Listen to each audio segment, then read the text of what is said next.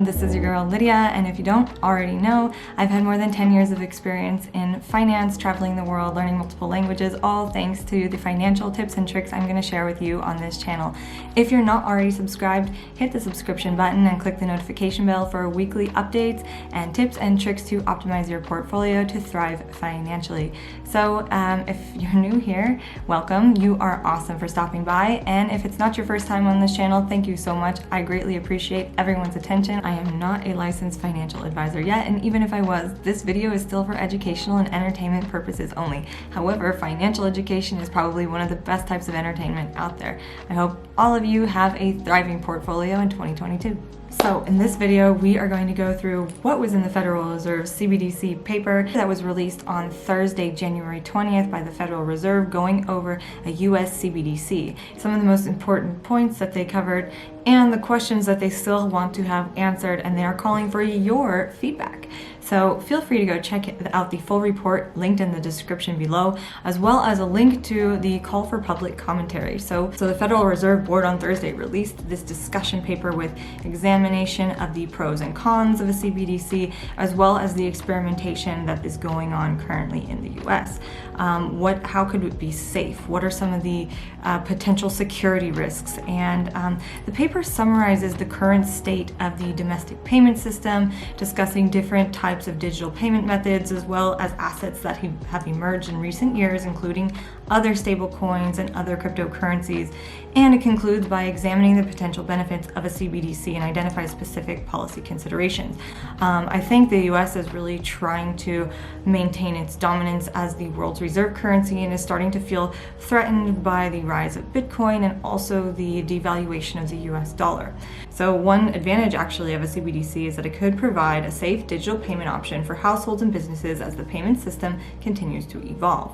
And it may result in faster payment options between countries. I mean, this is one of the things actually that drew me to cryptocurrency. Was I've been living abroad and traveling back and forth a lot, and it's such a pain to pay all those fees for transactions, sending money back and forth, getting flagged by your bank for being suspicious, or just having payments blocked depending on where you are. And it's a bit frustrating. So cryptocurrency kind of offers a solution that, one Satoshi is one Satoshi everywhere in the world, whereas $1 is 3.5 shekels, or it's 7 yuan. Or I think one of the most interesting parts of this whole entire paper was in the Appendix A, the technological experimentation section. Says that the Federal Reserve is engaged in a number of experiments related to digital currencies, so that they are actually actively experimenting with a CBDC, which means not only has it gone beyond the stage of development, but they're in the stage of experimentation and seeing how it could be integrated into the US economy. There are still lots of pros and cons being weighed as to whether or not this will help the Federal Reserve achieve financial stability and the goals of America coming in the future. I'm really curious to hear what you think. Will a CBDC save the US as the world's reserve currency? Or is the end inevitable?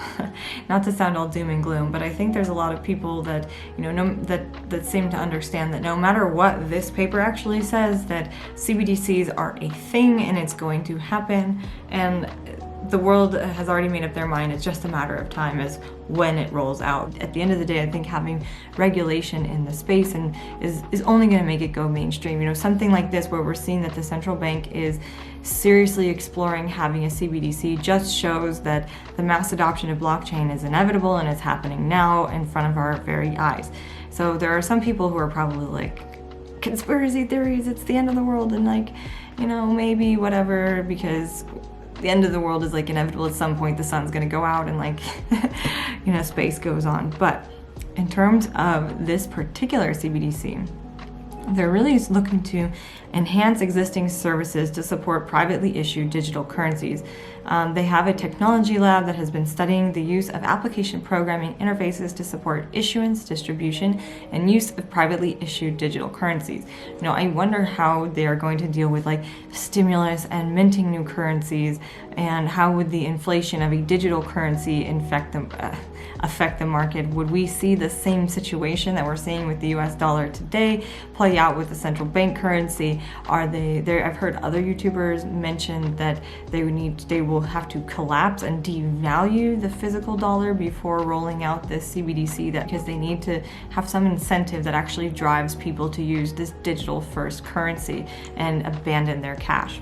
This report is interesting. It's 40 pages long. It's not super in depth, which is why I think, the points that I mentioned in this video is enough if you don't really have time to read everything. But I do highly recommend, if you have some commentary, to go and check out the questions that they're asking for feedback on in the link below. You can read the full report as well. Now, there are 22 questions in this public call for commentary, and I am not going to go through all of them right here. I'm just going to talk about a few, and I'll leave you to check it out in your own time and give them your feedback. So first of all is, what additional potential benefits, policy considerations, or risks of a CBDC may exist that have not been raised in this paper? One, I think they don't really talk about the risk of increased scams and fraud. So even though it's hard to actually steal from someone on blockchain, it is much easier to get, once somebody gives you the money, they can't get it back. It's harder to retrieve that, whereas if it's from a credit card, you can cancel the transaction, or you can do like a reverse wire. But with cryptocurrency, when it's gone, it's gone. So there have been a lot of issues already in the space, not just with rug pulls, but with scammers impersonating others and taking people's hard-earned money. So that's one thing they don't really talk about. But I think they also look at increasing, the US dollar as a reserve asset, but they don't actually address the devaluation of the dollar in general. That we've had a problem with increasing inflation, and other countries are actually having to purposefully devalue their own currency in order to maintain value of the dollar. And I don't think a CBDC necessarily addresses that, because you still have a dollar and you still have the same irresponsible federal spending that is going on. So the next question is, could some or all of the potential benefits of a CBDC be better achieved in a different way? My personal opinion was that they should probably be putting more focus on actually fixing the federal government spending issue. I don't think any CBDC is going to fix the problems that we have financially, because our problem, it's so deep within the budget, and we have to figure out a way to actually solve our budget crisis and stop just pumping money into the system. We really need to do work on that, and there's no CBDC that can solve this issue. And in fact, it's almost laughable when we look at what was the purpose of blockchain and crypto in the first place, was to create more freedom for people. And I think there's a lot of fear that a CBDC would create more intense control over the lives and the financial lives of people and their governments. So anyways, what do you think? Let me know in the comments. The third question was, could a CBDC affect financial inclusion? Would the net effect be positive or negative net inclusion? So what does that mean? Are we going to reach more unbanked people? Are we going to actually exclude more people? For example, homeless people who maybe are typically searching for things in cash, or maybe people who can't afford a phone.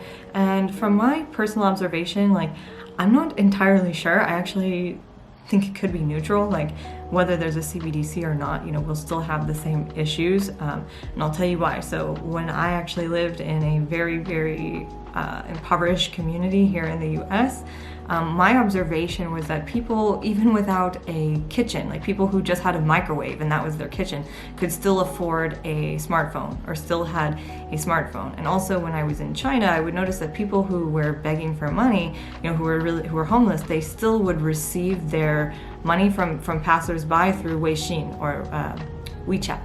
And so it's still you have the same problems. It's just the money is just being transferred in a different way. Should a CBDC be legal tender? Let's leave it at that. Let me know what you think in the comments. And personally, I kind of think Bitcoin is going to end up being stronger than the dollar. The US has really failed in a lot of aspects financially, but the one thing that kind of helps our country is that all the other countries have failed as well. I mean, China has criticized a lot for being a paper tiger, where a lot of people worry about how the Chinese government has bought up ports and property and assets around the world and is strongly influencing media media and cinema and sports and trying to put pressure on our social institutions and to conform to Chinese leadership. But the issue is that China also faces a lot of the same problems as Western governments, where they have but in a different way. For example, they built their infrastructure much too quickly. There was less quality. Things are, starting to sort of crumble internally with their real estate bubble, and they also have a massive amount of debt and are actually starting to default on some of their loans, like we saw over the summer with the Evergrande crisis, which actually did go into default, even though they managed to avoid it for a little bit. So with that said, I'm curious what you think. This is obviously all opinion. I want to reiterate that everything on this channel is not financial advice. It is financial entertainment and education, which in my opinion is one of the best forms of entertainment and education out there. Thank you so much for stopping by, and I will see you next time. Have a great weekend, everyone, and we'll catch up in the next video. Bye.